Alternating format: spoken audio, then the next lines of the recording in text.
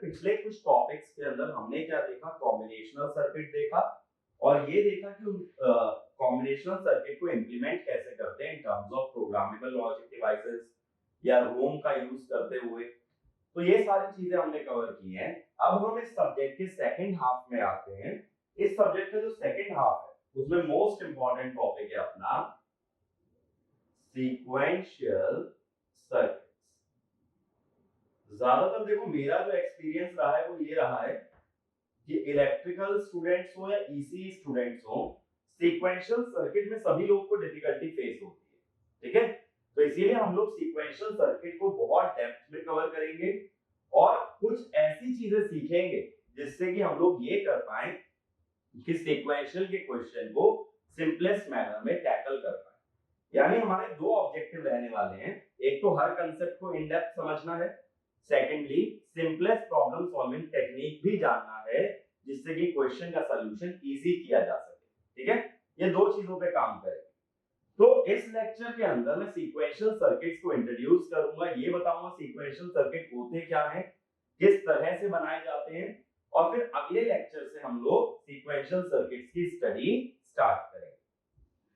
अब देखो sequential circuit नाम से क्या पता चल रहा है, सीक्वेंशियल माने सीक्वेंस। तो जहां किसी सीक्वेंस में आउटपुट मिले तो उसे बोलते हैं सीक्वेंशियल। अब सीक्वेंस कैसे होते हैं जो हमने मैथ्स के अंदर पढ़े हैं, arithmetic progression, geometric progression, harmonic progression, ये सभी क्या है, सीक्वेंसेस है। सीक्वेंस के अंदर हमेशा क्या होता है कि टर्म्स जो होती है वो एक सीक्वेंस में चलती है और अगली आने वाली टर्म क्या है ये हमेशा डिपेंड करता है पिछली टर्म पे। जैसे मानो इवन नंबर्स का सीक्वेंस है 2 4 6 8 10 12, अब मैं कहूं 22 के बाद क्या आएगा तो तुम क्या बताओगे 24। यानी नेक्स्ट इवन नंबर जानने के लिए ये पता होना चाहिए कि अभी कौन सा नंबर आउटपुट पे प्रेजेंट है। मैंने तुम्हें 22 बताया तभी तुम 24 बता सकते हो। मैं ऐसे रैंडम पूछूं कि नेक्स्ट टर्म क्या आएगी तो तुम नहीं बता पाओगे, तुम पहले क्या पूछोगे कि अभी कौन सी टर्म है ये बताइए, इसके बाद हम नेक्स्ट टर्म की बात कर सकते हैं। तो सीक्वेंशियल सर्किट भी कुछ इस तरह के हैं जहां कोई सीक्वेंस जनरेट हो तो सीक्वेंस जनरेट करने के लिए पिछली टर्म मालूम होना बहुत जरूरी है, तभी अगली टर्म के बारे में बता सकते हैं। इसीलिए देखो सीक्वेंशियल सर्किट के अंदर क्या होता है,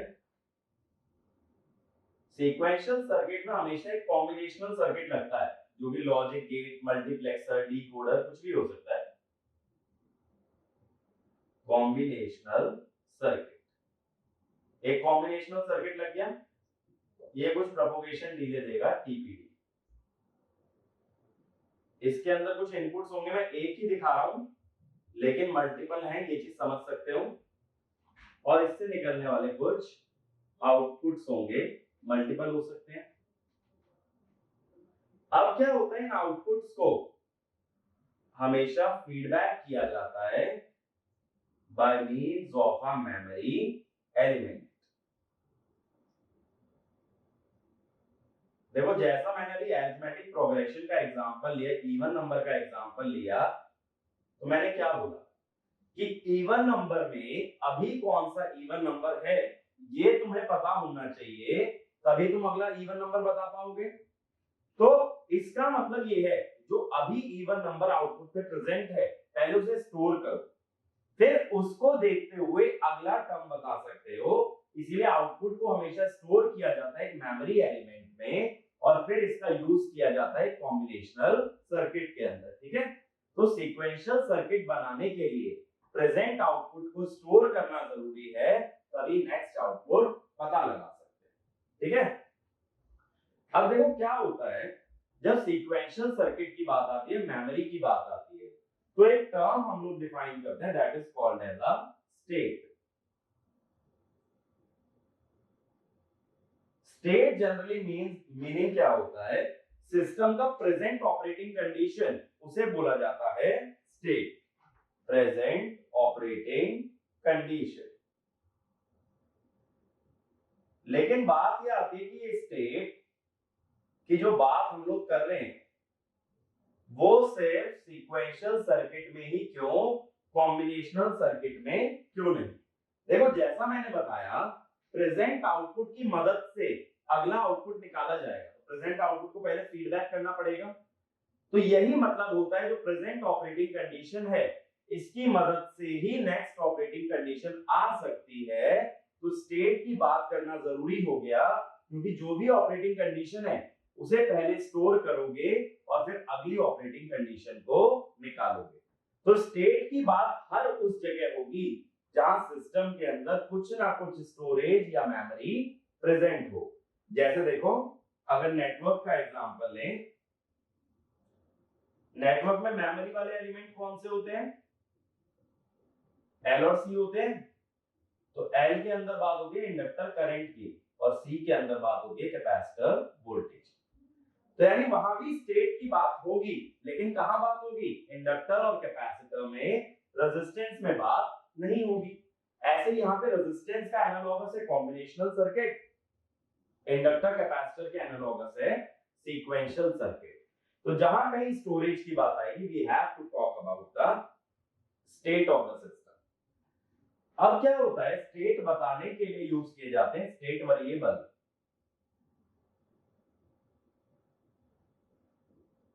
अब ये स्टेट वेरिएबल क्या चीज होती है? स्टेट वेरिएबल होते हैं वेरिएबल्स used to define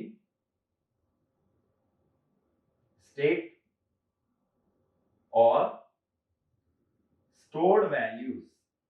जो सिस्टम में स्टोर्ड वैल्यूज होती हैं उन्हें क्या बोला जाता है? State variable. जैसे इंडक्टर के लिए IL, कैपेसिटर के लिए VC। ऐसे जब हम यहाँ आगे जाएंगे तो मैं बताऊंगा कि जब फ्लिप फ्लॉप की बात होती है तो उसका जो आउटपुट Q होता है वो उसका स्टेट वेरिएबल है। ठीक है, तो स्टेट क्या है? प्रेजेंट ऑपरेटिंग कंडीशन है सिस्टम की, इसको स्टोर करना जरूरी है, तभी नेक्स्ट ऑपरेटिंग कंडीशन निकाली जा सकती है। और उस स्टेट को जो वेरिएबल रिप्रेजेंट करता है या जो वेरिएबल स्टोर्ड वैल्यू को बताता है उसे क्या बोलते हैं? State variable. ठीक है, ये दोनों चीजें क्लियर हुई। तो स्टेट की बात कहां पे आएगी? इन केस ऑफ सीक्वेंशियल सर्किट और सर्किट हैविंग स्टोरेज और मेमोरी।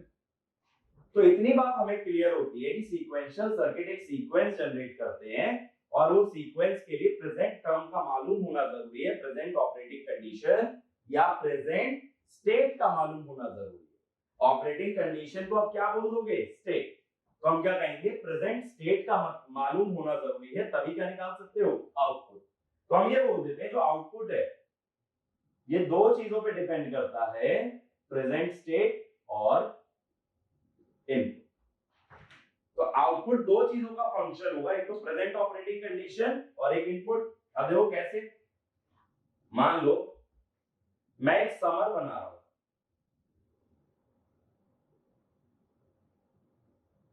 ठीक है, एग्जांपल ले रहा हूं। मान लो समर का आउटपुट इनिशियली 0 है। अब मैंने पहला इनपुट लगाया 2, तो आउटपुट क्या आ गया? 2। अगला इनपुट लगाया 3, ये सम कर रहा है तो 2 + 3 क्या दे देगा? 5। अगला इनपुट लगाया 10, तो क्या दे देगा? 5 + 10 15। अब देखो आउटपुट कैसे पता लग रहा है?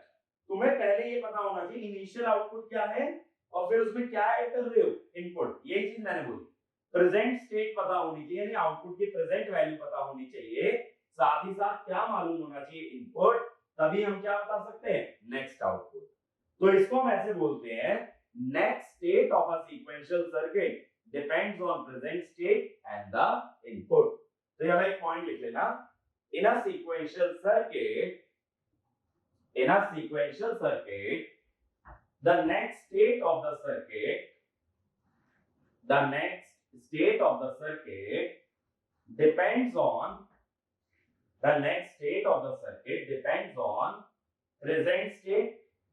present state and the input, present state and the input। ये इतनी बात क्लियर होती है? ठीक है, तो अभी तक देखो हमें ये समझ आया कि क्या क्या चीजें यहां से तुम्हें आगे तक याद रहनी चाहिए कि स्टेट और ये स्टेट वेरिएबल क्या होता है, दूसरी बात कि कॉम्बिनेशनल सीक्वेंशियल में मेजर डिफरेंस किसका आता है, मेमोरी का या फीडबैक का, ठीक है। और ये स्टेट और स्टेट वेरिएबल इसीलिए याद रखने के लिए बोल रहा हूं, ये अदर सब्जेक्ट्स में भी यूज होते हैं जैसे कंट्रोल सिस्टम और नेटवर्क एनालिसिस, ठीक है। मीनिंग सेम है, बस यूज करने का तरीका भले ही बदल सकता है, लेकिन आगे तक के लिए स्टेट का मतलब मालूम होना जरूरी है, क्योंकि स्टेट टर्म ना इतनी बार यूज करते हैं और कभी कोई क्रॉस क्वेश्चन कर ले कि स्टेट क्या होती है तो तुम डिफाइन नहीं कर पाओगे, तुम्हारे पास उस समय पे कोई वर्ड्स नहीं होंगे क्योंकि इतना कॉमनली यूज किया, लेकिन कभी ये सोचा नहीं कि इसका मतलब क्या था, ठीक है। आगे चलते हैं, तो नेक्स्ट एक क्वेश्चन ही बना के लिख लो, what is the difference between combinational and sequential circuit, what is the difference between combinational and sequential circuit. इसके लिए ऐसे दो कॉलम बना लो, एक तो कॉम्बिनेशनल सर्किट पहला कॉलम और दूसरा सीक्वेंशियल सर्किट, ठीक है। इसके अंदर फर्स्ट पॉइंट लिखना, कॉम्बिनेशनल में output depends on present value of input, output depends on present value of input। sequential में लिखो output depends on past value of output, depends on past value of output and present value of input, past value of output and present value of input। ये चीज मैंने अभी भी बताई थी, जो आउटपुट आएगा उसे स्टोर करेंगे और उसको अगली बार इनपुट की तरह यूज करोगे, ठीक है। नेक्स्ट लिखो कॉम्बिनेशनल में memory element is not required, memory element is not required, sequential में लिखो memory element is required, memory element is required। combinational faster, अगला point combinational faster, sequential slower। देखो इसका रीजन क्या है कि कॉम्बिनेशनल सर्किट में प्रोपगेशन डिले तो आएगा, लेकिन सीक्वेंशियल में जो नीचे मेमोरी एलिमेंट लगा रहे हो फीडबैक के अंदर वो भी डिले प्रोवाइड करेगा, तो ओवरऑल स्पीड जो होती है सर्किट की वो कम हो जाती है। क्यों कम हो रही है, क्योंकि हमें डेटा को स्टोर करना है और फिर उस डेटा को अगली बार यूज भी करना है। अगला पॉइंट लिखो कॉम्बिनेशनल में easy to design sequential, difficult to design sequential, difficult to design. ये चीज आगे आएगी, लेकिन हमें ये पता है कि कॉम्बिनेशनल बनाना बहुत आसान है। कैसे आसान है कि हम लोग ट्रुथ टेबल लिखते हैं, उसके बाद के मैप बनाते हैं, उसके बाद जो भी लॉजिक एक्सप्रेशन आता है उसे लॉजिक गेट से इंप्लीमेंट कर देते हैं, ठीक है। लेकिन सीक्वेंशियल इतना सिंपल नहीं होता है क्योंकि उसके अंदर हमें फीडबैक भी लेना पड़ता है। अब नेक्स्ट लिखो classification of sequential circuit, classification of sequential circuit, ठीक है। अब देखो सीक्वेंशियल सर्किट को दो कैटेगरीज में क्लासिफाई करते हैं, एक होते हैं सिंक्रोनस सर्किट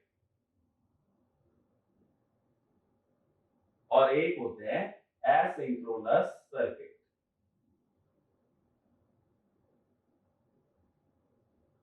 सीक्वेंशियल का मतलब सिर्फ इतना है कि फीडबैक लगाना है या मेमोरी लगानी है, लेकिन आगे भी दो कैटेगरी बन सकती है, सिंक्रोनस और एसिंक्रोनस। अब देखो क्या होता है कि जब हम सीक्वेंशियल सर्किट की बात करते हैं, पहले सिंक्रोनस का मतलब समझते हैं।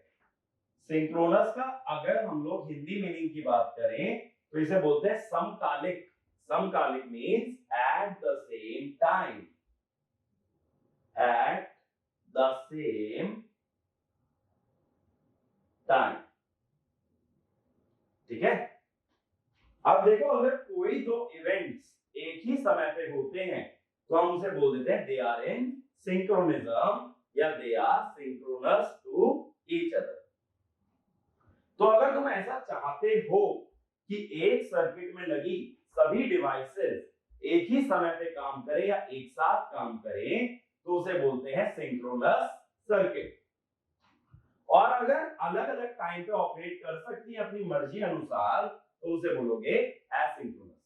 तो सिंक्रोनस सर्किट क्या हुए, जिसमें हर डिवाइस एक ही साथ काम करती है, और एसिंक्रोनस क्या हुआ, जिसमें हर डिवाइस अलग अलग काम करती है। अब एक चीज सोच के देखो, मान लो 4 फ्रेंड्स हैं, है ना, 4 फ्रेंड्स हैं, उन्होंने डिसाइड किया शाम को 6 बजे मॉल पे मिलना है। अब चारों एग्जैक्ट 6 बजे कैसे पहुंच सकते हैं, खुद सोचो थोड़ा सा। चारों एग्जैक्ट 6 बजे तब पहुंचेंगे जब चारों की घड़ी एकदम सेम टाइम शो करेगी। अगर एक की घड़ी भी 5 मिनट आगे और पीछे हुई और वो अपने घड़ी के हिसाब से पहुंचता है तो सब लोग सेम टाइम पे नहीं पहुंच सकते। ये बात क्लियर है। मान लो एक बंदे की घड़ी 5 मिनट पीछे चल रही है तो 5 मिनट लेट पहुंचेगा, क्योंकि जब उसकी घड़ी में 6 बजेंगे बाकियों की घड़ी में क्या टाइम होगा, 6:05। तो इसका मतलब ये हुआ कि सिंक्रोनिज्म बनाने के लिए हमें पहले क्या करना पड़ेगा, सभी की क्लॉक में सेम टाइम होना जरूरी है। सभी की वॉच में, क्लॉक में सेम टाइम होगा, तभी सब एक साथ काम कर पाएंगे। इसीलिए सिंक्रोनस सर्किट में एक सिग्नल दिया जाता है जिसे बोलते हैं क्लॉक सिग्नल। क्लॉक सिग्नल इसीलिए दिया सबको कि सबके पास सेम क्लॉक जारी है। अगर सबके पास सेम क्लॉक है तो सारे सर्किट एक साथ काम कर सकते हैं। सबके पास अलग अलग क्लॉक है तो सबका टाइमिंग अलग अलग चल रहा है, सबका टाइमिंग अलग अलग चल रहा है तो they can not work together. ये बात क्लियर हुई थोड़ी सी। अगर सबकी क्लॉक सेम है, क्लॉक का लिटरल मीनिंग सोचो जो घड़ी होती है, सबके पास अगर एक ही घड़ी है तो सभी एक साथ काम करेंगे। सबके पास अलग अलग घड़ी है और वो घड़ी एक सेम टाइम नहीं शो करती है तो सब लोग एक साथ काम नहीं कर सकते। यानी एक साथ काम करवाने के लिए एक रेफरेंस सिग्नल देना पड़ता है, जिस रेफरेंस सिग्नल के अनुसार सब चलेंगे। ठीक है, एक ऐसा सिग्नल सबको दे दो कि भाई इस सिग्नल को देख करके सब लोगों को चलना है तो उससे सब लोग एक साथ चलेंगे, सर्किट्स एक दूसरे को नहीं देखेंगे। ठीक है, यानी अगर 2 सर्किट है, सर्किट ए सर्किट बी, तो एक दूसरे को देख के नहीं चल रहे, उन दोनों में एक सिग्नल ऐसा है जिसे देख के दोनों चल रहे हैं और उस सिग्नल के हिसाब से दोनों साथ में चलते हैं। इसलिए सिंक्रोनस सर्किट में हमेशा क्या डिफाइंड होता है, क्लॉक, और एसिंक्रोनस में क्लॉक की जरूरत नहीं होती। तो इसमें भी ना डिफरेंसेस बना के लिख लो, एक कॉलम बना लो, पहला इसी तरह से सिंक्रोनस सीक्वेंशियल सर्किट, दूसरा एसिंक्रोनस सीक्वेंशियल सर्किट। तो सिंक्रोनस में लिखना all devices work or are triggered at the same time asynchronous में लिखो all devices are triggered at different times,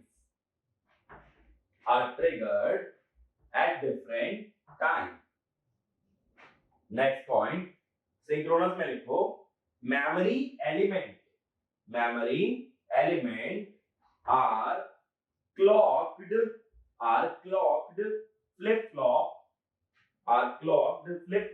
asynchronous में memory element are unclocked flip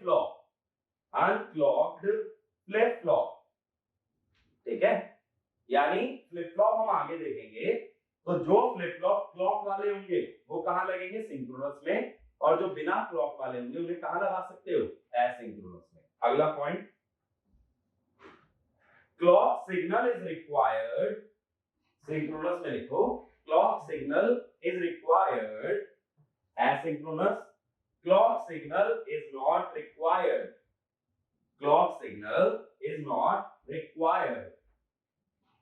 ठीक है। synchronous output changes according to the clock, asynchronous output changes output changes at any time, changes at any time and does not depend on clock, and does not depend on clock. Synchronous लिखो, slower, slower, और asynchronous faster, asynchronous faster. Synchronous slow क्यों होता है कि synchronous को हमेशा wait करना पड़ता है क्लॉक के आने का, और एसिंक्रोनस को इंतजार करने की जरूरत नहीं है, वो अपना आउटपुट डायरेक्टली दे सकता है, उसको क्लॉक की जरूरत नहीं। सिंक्रोनस लिखो, easier to design, easier to design, और asynchronous लिखो more difficult, more difficult। तो देखो जैसे कॉम्बिनेशनल सर्किट्स का एक सेट मेथड है ना डिजाइन करने का, ट्रुथ टेबल बनाओ, के मैप बनाओ, फिर लॉजिक गेट से इंप्लीमेंट करो, ऐसे सिंक्रोनस के अंदर भी मेथड फिक्स होता है। बट एसिंक्रोनस के अंदर हमें मेथड कोई फिक्स नहीं होता, अलग अलग सर्किट अलग तरह से बनाए जाते हैं, इसलिए ये डिफिकल्ट है और सिंक्रोनस बनाना आसान है। अब देखो मेमोरी की बात करते हैं। जैसा हमने बोला कि सीक्वेंशियल सर्किट के अंदर हमें मेमोरी की जरूरत पड़ती है, तो सबसे बेसिक मेमोरी एलिमेंट की बात करते हैं। तो हेडिंग डालना बाइस्टेबल एलिमेंट, बाइस्टेबल एलिमेंट और bistable multi vibrator, bistable element और बाइस्टेबल मल्टी वाइब्रेटर। देखो लॉजिक गेट में हमने देखा था अगर इवन नंबर ऑफ इन्वर्टर्स को फीडबैक में कनेक्ट कर दें तो इसे हमने बोला था it is bistable multi vibrator, जिसका मतलब था it has two stable states, 0 as well as 1, और जो स्टेट स्टोर कर दोगे वो स्टेट इसके अंदर स्टोर रह जाती है या लैच्ड रह जाती है। तो जब हम आगे लैचेस की बात करेंगे तो लैच का मतलब कुछ भी नहीं है कि उसके अंदर जो वैल्यू स्टोर हो चुकी है वो स्टोर रहेगी, वो वैल्यू अपने आप चेंज नहीं हो सकती।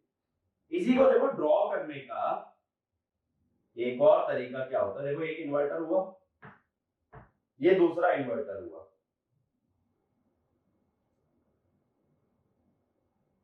अब क्या होगा कि पहले इन्वर्टर का इनपुट दूसरे के आउटपुट से कनेक्ट होगा और दूसरे का इनपुट पहले के आउटपुट से कनेक्ट होगा, यही होगा, ठीक है।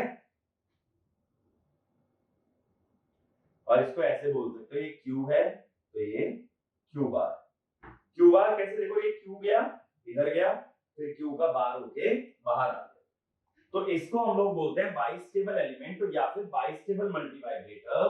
दोनों सर्किट सेम है बट ये ज्यादा स्टैंडर्ड रिप्रेजेंटेशन है, क्योंकि आगे जब हम लैचेस और फ्लिप फ्लॉप बनाएंगे तो लॉजिक गेट इसी तरह से दिखाएंगे, ठीक है। तो अभी तो चाहे तो इसे हटा भी सकते हो, ऐसी कोई बात नहीं है। ये बात क्लियर हुई। अब देखो बाइस्टेबल एलिमेंट को बाइस्टेबल क्यों बोलते हैं, क्योंकि इसके अंदर दो स्टेबल स्टेट होती है, 0 और 1। अगर ये 0 में है तो ये 0 में ही रहेगा, 1 में है तो ये 1 में ही रहेगा। अगर तुम्हें इसकी स्टेट चेंज करनी है तो तुम्हें इसे बाहर से इनपुट देना पड़ेगा, इसकी स्टेट अपने आप चेंज नहीं हो सकती, ठीक है। तो जैसे अस्टेबल होता है उसकी स्टेट अपने आप 0 से 1, 1 से 0 जाती है। बाइस्टेबल में स्टेट चेंज करने के लिए इनपुट की रिक्वायरमेंट हमेशा पड़ती है, ये बात क्लियर हुई। अब देखो क्या होता है,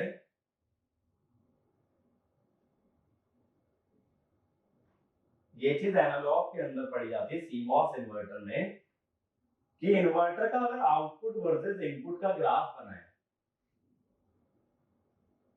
इन्वर्टर के लिए, तो देखो अगर लो इनपुट होगा, इन्वर्टर क्या करता है उल्टा करता है ना, तो लो इनपुट पे आउटपुट कैसा आता है हाई, और हाई इनपुट पे कैसा आएगा लो।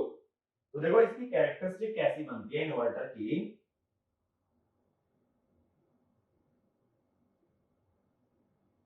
कुछ इस तरह से। देखो जब इनपुट छोटा था, एक्स एक्सिस पे अगर छोटी वैल्यू थी तो वाई एक्सिस पे बड़ी थी, जब x एक्सिस पे बड़ी वैल्यू आ गई तो y एक्सिस की वैल्यू रह गई छोटी। तो यानी इन्वर्टर की जो कैरेक्टरिस्टिक होती है वो कुछ इस तरह से होती है, डीकेइंग कर्व होता है, कम इनपुट पे ज्यादा आउटपुट, ज्यादा इनपुट पे कम आउटपुट। अब लेकिन मेरे पास दो इन्वर्टर है, एक का आउटपुट दूसरे के लिए क्या है, इनपुट, और पहले का इनपुट दूसरे के लिए क्या है, आउटपुट। तो दो इन्वर्टर हैं, तो देखो दूसरे की कैरेक्टरिस्टिक कैसे बनेगी, कुछ इस तरह से कि इस ग्राफ को अगर देखो तो ये इनपुट वाली एक्सिस किसका काम कर रही है, आउटपुट का, और आउटपुट वाली किसका काम कर रही है, इनपुट का। तो अगर ये इन्वर्टर 1 है, सपोज I1, तो ये इन्वर्टर 2 है। तो ये वाला इन्वर्टर 1 मैं बोल रहा हूं और ये वाला मैं इन्वर्टर 2 बोल रहा हूं, ठीक है। तो ये है अपना Vin और ये है अपना Vout। अब देखो इसके लिए आउटपुट क्या बन रहा है, Vout, और इसका सॉरी इसके लिए इनपुट क्या बन रहा है, Vout, और इसका आउटपुट क्या है, Vin। तो जो पहले का इनपुट है वो दूसरे का आउटपुट, पहले का आउटपुट दूसरे के लिए इनपुट। तो ये दो कैरेक्टरिस्टिक आ गई। अब इसमें देखो तीन इंटरसेक्शन आ रहे हैं, एक इंटरसेक्शन, दो इंटरसेक्शन, तीन इंटरसेक्शन। तो यहां पे Vin क्या है, लो है, और Vout क्या है, हाई है। अब यहां पे क्या है, Vout लो है और Vin हाई है। लेकिन ये जो मिड पॉइंट आया, यहां पे दोनों की वैल्यू मिड पॉइंट पे अटकी हुई है। जैसे अगर ये वोल्टेज VDD है तो यहां ये बोल सकते हो Vin equal to Vout equal to, exact VDD by 2 नहीं होती है, ये चीज तुम डिराइव करोगे CMOS इन्वर्टर में in case of analogue electronics, लेकिन अभी के लिए मैंने मिड पॉइंट मान लिया। अब इसको बोलते हैं स्टेबल स्टेट। मैंने बोला ना बाई स्टेबल में दो स्टेबल स्टेट होती हैं, इसको बोलते हैं स्टेबल। ये दो ऑपरेटिंग पॉइंट क्या है, स्टेबल, 0 1 या 1 0। लेकिन ये वाला जो पॉइंट है इसे बोलते हैं मेटास्टेबल, ठीक है। अब इसका मतलब समझो, कहने का मतलब तीन ऑपरेटिंग पॉइंट्स पॉसिबल हैं, या तो Vin 0 Vout 1, यानी यहां 0 इधर 1, या यहां 1 और इधर 0। ये दो पॉइंट स्टेबल है। स्टेबल क्यों है, देखो यहां 0 लगा, क्या आया, 1, 1 इधर गया, यहां पे क्या आया, 0, वापस क्या लग गया, 0। देखो अगर यहां 0 लगाते हो तो इधर क्या पहुंचेगा, 1, ये 1 ऐसे जाएगा और इधर क्या पहुंचेगा, 0, और फिर ये 0 इधर आ जाएगा, ठीक है। तो ये वैल्यू स्टोर्ड रह गई ना, 0 चला था, 0 ही वापस यहां आ गया, फिर 1 आया, 1 आया, 0 आया, 0 आया, तो ये वैल्यू स्टोर हो गई। ऐसे सोचो 1 होता तो यहां पे क्या पहुंचता, 0। अब ये 0 इधर से इधर आता तो यहां पे क्या आया, 0, यहां से क्या आ गया, 1, और फिर ये 1 इधर पहुंचा तो इधर वापस क्या मिल गया, 1। तो ये वैल्यू क्या हो गई, स्टोर हो गई। यानी दो वैल्यूज पॉसिबल हैं, इनपुट 0 आउटपुट 1, या इनपुट 1 आउटपुट 0। ये दोनों स्टेबल स्टेट है। लेकिन इस सर्किट को देख के जब डिजिटल में बात कर रहे हैं तो ये तीसरी स्टेट विजिबल नहीं होगी। ये तीसरी स्टेट ना तो लो है ना तो हाई, क्योंकि लो का मतलब ऑलमोस्ट 0 वोल्टेज, हाई का मतलब ऑलमोस्ट VDD। यहां क्या आ रहा है, मिड पॉइंट, तो ना इसे लो बोल सकते ना इसे हाई, इसे बोलते हैं मेटास्टेबल। अब देखो मेटास्टेबल में होता क्या है, अब मान लो मेटास्टेबल में अटके हो, 0 और 5 वोल्ट के बीच में अटके 2.5 वोल्ट पे, मैंने थोड़ा सा इनपुट बढ़ा दिया। अब इसका आउटपुट कैसे देखोगे, कौन से इन्वर्टर से, इन्वर्टर नंबर 1 से। अगर यहां से थोड़ा सा इनपुट बढ़ा देते हो तो आउटपुट कौन से कर्व से मिलेगा, ब्लू वाले कर्व से, क्योंकि वो किसका है, I1 का। मैंने बोला Vin बढ़ाया है, Vout जानना है, तो कौन सा इन्वर्टर देखूं, I1। तो देखो I1 के हिसाब से आउटपुट आया ये, ठीक है। अब ये जो आउटपुट है ये दूसरे के लिए किसका काम कर रहा है, इनपुट का। दूसरे के लिए अगर इनपुट का काम कर रहा है उसका आउटपुट कहां से मिलेगा, ब्लैक वाले कर्व से, क्योंकि ब्लैक वाला कर्व किसका है, देखो I2 का। मैंने क्या बोला, देखो इनपुट थोड़ा सा मैंने बढ़ाया, डिस्टरबेंस लगाई, इनपुट बढ़ाने से आउटपुट किसकी मदद से देखा, I1 यानी ब्लू वाला कर्व। अब ये जो आउटपुट आया ये I2 के लिए क्या बन गया, इनपुट। तो उसका आउटपुट कैसे देखोगे, I2 के ग्राफ से यानी ब्लैक वाले कर्व से। तो ये इनपुट है, तो इसका आउटपुट ये आ गया। अब इसका जो आउटपुट आया सेकंड वाले का, फर्स्ट के लिए फिर क्या बन गया, इनपुट। और फर्स्ट का आउटपुट किससे देखोगे, ब्लू वाले कर्व से। फर्स्ट का आउटपुट दूसरे के लिए इनपुट, फिर दूसरे का आउटपुट पहले के लिए इनपुट। हम कहां पहुंच गए, धीरे धीरे खिसकते हुए स्टेबल स्टेट पे पहुंच गए। ऐसे ही सोचो, अगर इनपुट कम किया होता, आउटपुट किससे देखोगे सबसे पहले, ब्लू वाले से। ब्लू वाले से आउटपुट आया, ये दूसरे के लिए इनपुट बनेगा, फिर आउटपुट कहां से देखोगे, ब्लैक वाले से। फिर किससे देखोगे, ब्लू से, फिर देखोगे ब्लैक से। तब भी कहां पहुंच गए, स्टेबल पे। कहने का मतलब मेटा स्टेबल स्टेट में सर्किट रुक तो सकता है, लेकिन अगर इसे डिस्टरबेंस दी गई तो ये स्टेबल स्टेट में जाके ही रुकेगा। ये बात क्लियर हुई। तो मेटा स्टेबल स्टेट को बोल सकते हो, जो बचपन में फिजिक्स में पढ़ते थे, अनस्टेबल इक्विलिब्रियम। अनस्टेबल इक्विलिब्रियम का मतलब कि ये इक्विलिब्रियम में तो है, यहां सिस्टम रुक सकता है, लेकिन अगर इसे डिफ्लेक्ट किया तो ये लौट के नहीं आएगा। स्टेबल इक्विलिब्रियम कौन सा होता है, जहां डिस्टरबेंस देने पे वापस सिस्टम उसी स्टेट में लौट के आए, उसे बोलते हैं स्टेबल इक्विलिब्रियम। लेकिन यहां डिस्टरबेंस देने से सिस्टम या तो राइट में चला गया या तो लेफ्ट में चला गया, वापस लौट करके नहीं आया, तो Meta stable state is a unstable equilibrium. तो ये वाला एक पॉइंट लिखो, bistable element has three operating point, out of which two states are stable, and one operating point is metastable. One operating point is metastable, which represents unstable equilibrium,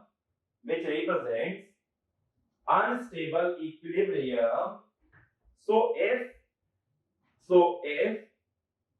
the system is disturbed,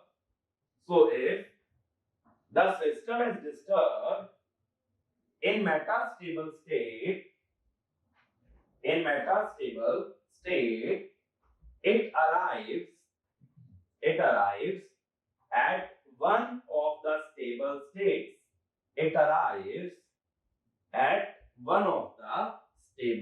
states. ठीक है। इसी को explain करने का देखो एक तरीका ये होता है, बॉल एंड हिल एनालॉजी। अब इसके अंदर क्या होता है कि ये मान लो एक बॉल है, उसके लिए तीन स्टेट पॉसिबल हैं। ये वाली स्टेट स्टेबल है, ये स्टेबल है, और ये मेटास्टेबल है। ये तीन स्टेट है। यहां एक बॉल रखिए, देखो यहां बॉल जितनी देर रखे रहोगे रखी रहेगी, उसको कुछ नहीं होने वाला। लेकिन अगर तुमने डिस्टर्ब किया राइट में तो ये नीचे आ जाएगी, अगर इसको लेफ्ट में डिस्टर्ब किया तो ये लेफ्ट में नीचे आ जाएगी। यानी डिस्टरबेंस देने से ये एक ना एक स्टेबल स्टेट में आ जाएगी, ये यहां नहीं रुकेगी। लेकिन अगर डिस्टरबेंस ना दी जाए, it can stay at that point for infinite amount of time. तो ये भी पॉइंट लिख सकते हो, if the system is not disturbed, it can stay in metastable state